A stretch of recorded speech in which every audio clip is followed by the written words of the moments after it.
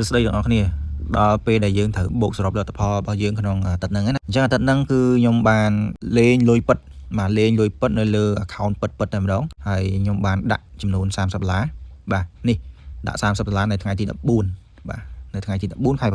ហ្នឹងហើយបន្ទាប់មកខ្ញុំ trade នេះបញ្ចប់នៅថ្ងៃទី17ថ្ងៃ17ខែ7បាទអញ្ចឹង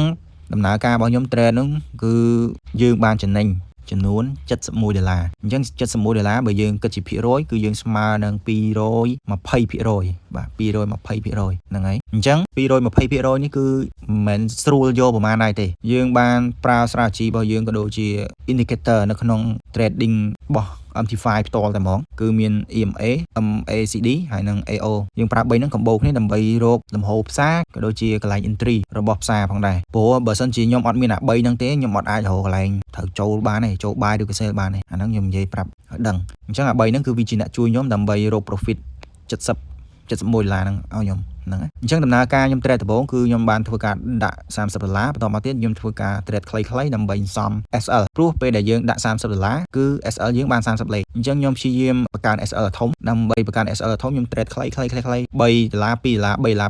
កើនរហូតតែយើងក៏មានចូលទៅ loss ត្រង់នេះមួយដែរបាន fail ហ្នឹងហើយបាន fail ហើយយើងព្យាយាមចូលទៀតចូលរហូតបាន5លេខ6លេខហ្នឹងហើយ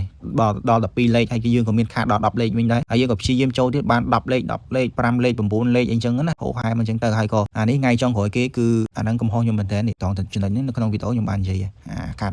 $4.40គត់គឺខ្ញុំចូលផ្សារពេលដែលខ្ញុំហូបគ្រឿងស្វឹងទី1ទី2ខ្ញុំចូលផ្សារអត់មានបានមើលទេនេះខ្លាញ់ហ្នឹងអត់មានបានមើលវិភាគអីទាំងអស់គឺចូលទៅទាំងងឹតងល់តែហ្មងនិយាយចឹងហ្មងហើយចូលហើយទាំងងឹតងល់ពេលដែលយើងមើលផ្សារឃើញវាអត់មានកន្លែងអីត្រូវយើងចូលបាន5នាទីអីយើងទៅឈួតទៅចូលចេះចុចទៅដែរពេលហ្នឹងអញ្ចឹងខ្ញុំខឹងខ្លួនឯងមែនទែនពេលហ្នឹងខ្ញុំថាហេតុអីមិនចុចទៅធម្មតាយើងរក entry មើលយើងរក entry ត្រូវរហូតឃើញអត់រក entry ត្រូវរហូតពេលខ្លះយើងដាក់ BE វាមិនស៊ី BE វាជារឿងធម្មតាទេអាហ្នឹងយើងការពារទុកវាមិនអីទេតែសំខាន់ណានេះយើងចូលឃើញចូលត្រូវហើយសិតតែមានលក្ខណៈថាទិសដៅផ្សារដែលយើងអាចរកកន្លែង entry ចូលបានមិនគួរណាខ្ញុំចូលពេលហ្នឹងចូលទាំងសឹងថាមិនខឹងខ្លួនឯងហ្មងពេលហ្នឹងហើយពេលហ្នឹងបើសិនជាខ្ញុំចូល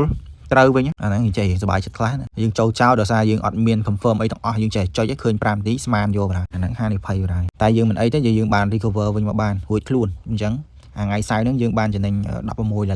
ហ្នឹងហើយ$16ដែរអញ្ចឹងវាគឺជាដំណើរការទាំងស្រុងតែហ្មងនៃការ trade ដែលចំណេញបានដល់$70ក្នុងមួយសប្តាហ៍ហ្នឹងគឺខ្ញុំមិននឹកស្មានថាអាចរក profit ប៉ុណ្ណឹងបានណាព្រោះដើមទុនយើងទៅ30ហើយបើអ្នកខ្លះវិញ30ស្រួលដាច់បាត់ហើយហ្នឹងវាពិបាកដែរហើយខ្ញុំសប្បាយចិត្តមែនទែនក្នុងសប្តាហ៍នេះខ្ញុំចំណេញបាន$70ហើយខ្ញុំអត់ដែលចំណេញដល់ប៉ុណ្្នឹងទេខ្ញុំនិយាយមែនតាំងពីខ្ញុំចូលវិស័យ trade មកខ្ញុំចំណេញយ៉ាងច្រើនបំផុតហ្នឹងតែ$25អស់ហើយ$25ទៅ$30អស់ហ្មងអត់ដែរដល់$70ទេ50ក៏មិនដែរអាហ្នឹងមានតែលើកទី1ឯងសម្រាប់ខ្ញុំហើយបទពិសោធន៍អញ្ចឹងវីដេអូនេះមានប៉ុណ្្នឹងទេហើយចាំជួបខ្ញុំវីដេអូបន្តទៀតនៅថ្ងៃច័ន្ទព្រោះខ្ញុំនឹងធ្វើវីដេអូពេលដែលខ្ញុំចូល trade ផងដែរអញ្ចឹងអរគុណច្រើនបាយបាយ